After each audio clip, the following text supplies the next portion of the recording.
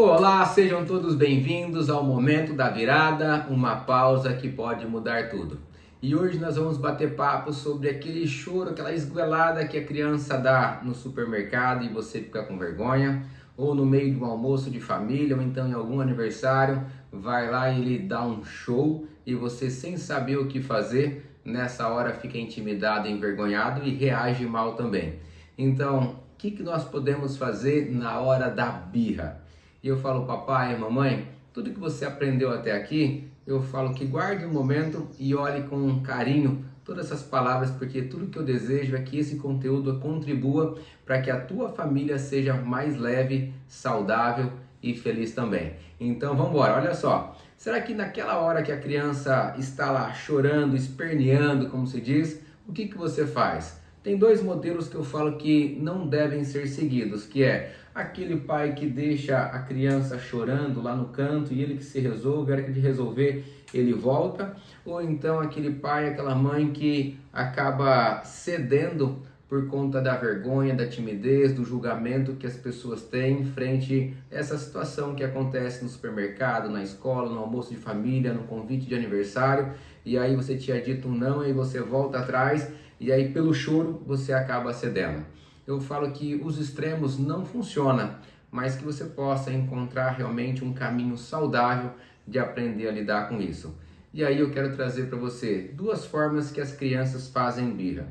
Duas formas que eu falo, será que o teu filho está querendo te provocar? Será que ele está fazendo realmente o desafio para ver se realmente você vai vencer a guerra com ele? Eu falo, pai, até os seus 7 anos, a criança ela é muito a fase emocional e ela não consegue elaborar a birra de forma inteligente para poder provocar você.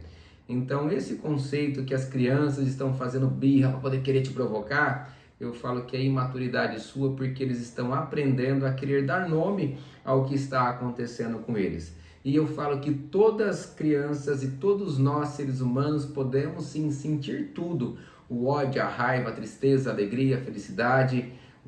O que nos faz realmente ser humano, que é sentir as coisas.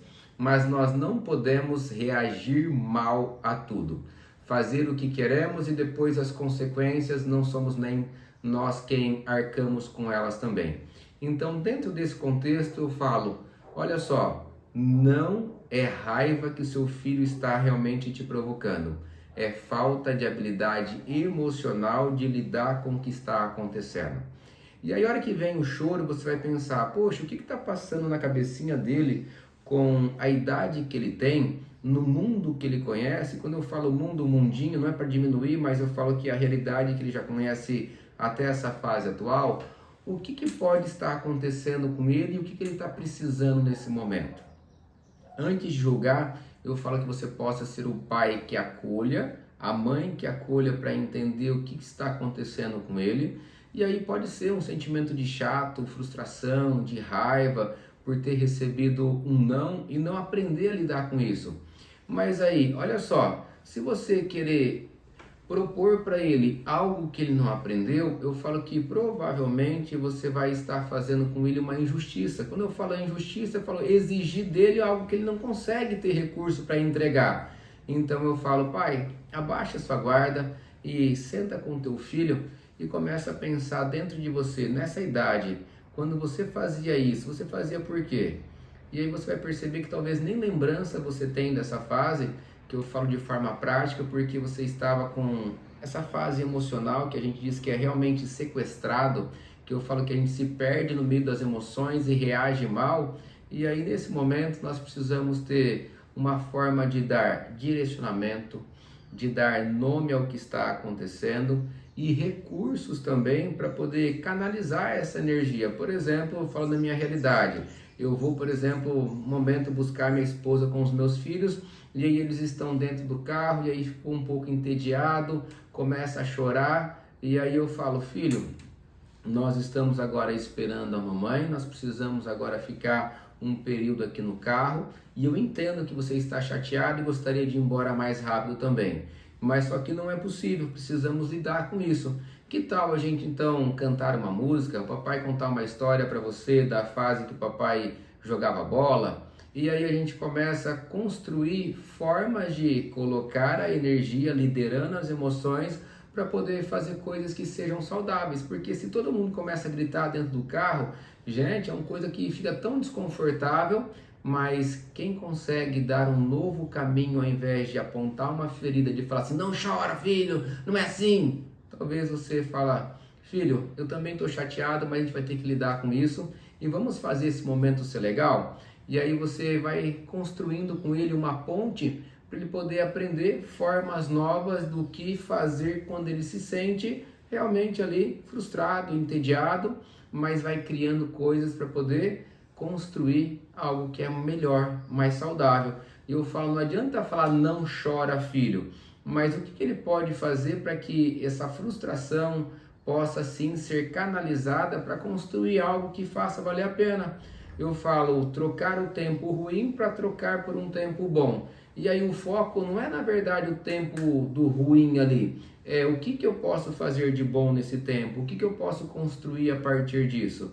E aí muitas vezes também, se não tiver algo de entendimento, é esperar ter o cuidado com o seu filho para ele poder não se machucar também, e ali você ser a pessoa que acolhe. E aí com o tempo passando, ao invés da rebeldia, daquele abraço que você consegue tentar dar e não consegue, que ele vai empurrando, você vai entrando, deixando, que eu falo que essa raiva vai dando lugar a outro sentimento, e aí chega o momento do seu diálogo. E aí não seja tão exigente de querer que ele sempre acerte, que ele pode em outro momento pisar na casinha de trás e precisar novamente do seu treino. Então eu falo, não seja um pai que faça pelo seu filho, nem dê solução para tudo, mas que seja a pessoa ao lado de caminhar junto com ele e também apontar um novo caminho quando necessário. E dessa forma, tanto você quanto ele vão construindo uma relação onde ninguém precisa esconder nada de ninguém sobre os seus próprios sentimentos, e que você possa estar aberto a ouvir coisas que desagradam também o seu filho, porque afinal de contas, essa relação de amizade está somente começando. E temos uma maratona que a gente chama-se de vida, e quanto mais a gente tiver liberdade nessa relação, mais gostoso vai ser para a gente poder também contar e compartilhar nossos desafios, nossos sonhos, nossos projetos, e livre de julgamento, mas sim buscando ter entendimento, para a gente não acabar sendo aquele cara que fica tocando em feridas para poder dizer que está certo, mas que a gente possa compreender e aí depois disso direcionar e até mesmo caminhar junto para que as birras sejam cada vez menos frequentes, mas que a ponte que você deseja que ele possa realmente liderar as suas emoções possa vir através da atitude, do exemplo e do comprometimento que você tem com dar suporte. E dar suporte não é carregar peso. Suporte é ajudar a mudar de fase cada vez mais rápido e cada um no seu próprio tempo, sem exigir mais do que ele pode, mas sim estimulando ao máximo para que ele possa conquistar a sua autonomia, a sua liberdade e saber que ele é ser humano, ele pode sentir tudo, mas que não precisa reagir mal a tudo. E que não também possa chorar por tudo ou sorrir por tudo, mas que sim possa ser quem ele nasceu para ser de forma verdadeira, autêntica, e que isso possa ser a grande virada de chave. Antes do abandono ou então do toma tudo, você possa ser um pai treinador para poder colocar ele frente às adversidades, encontrando solução e caminho para poder ir para a fase seguinte. E que Deus abençoe, que essa fase que agora nós estamos vivendo, que é o momento da virada, faça sentido de você refletir e fazer algum ajuste se necessário. Não estou aqui para apontar erros, e sim para poder construir um novo caminho de uma família feliz e saudável, que é essa que você merece. Um beijo no seu coração.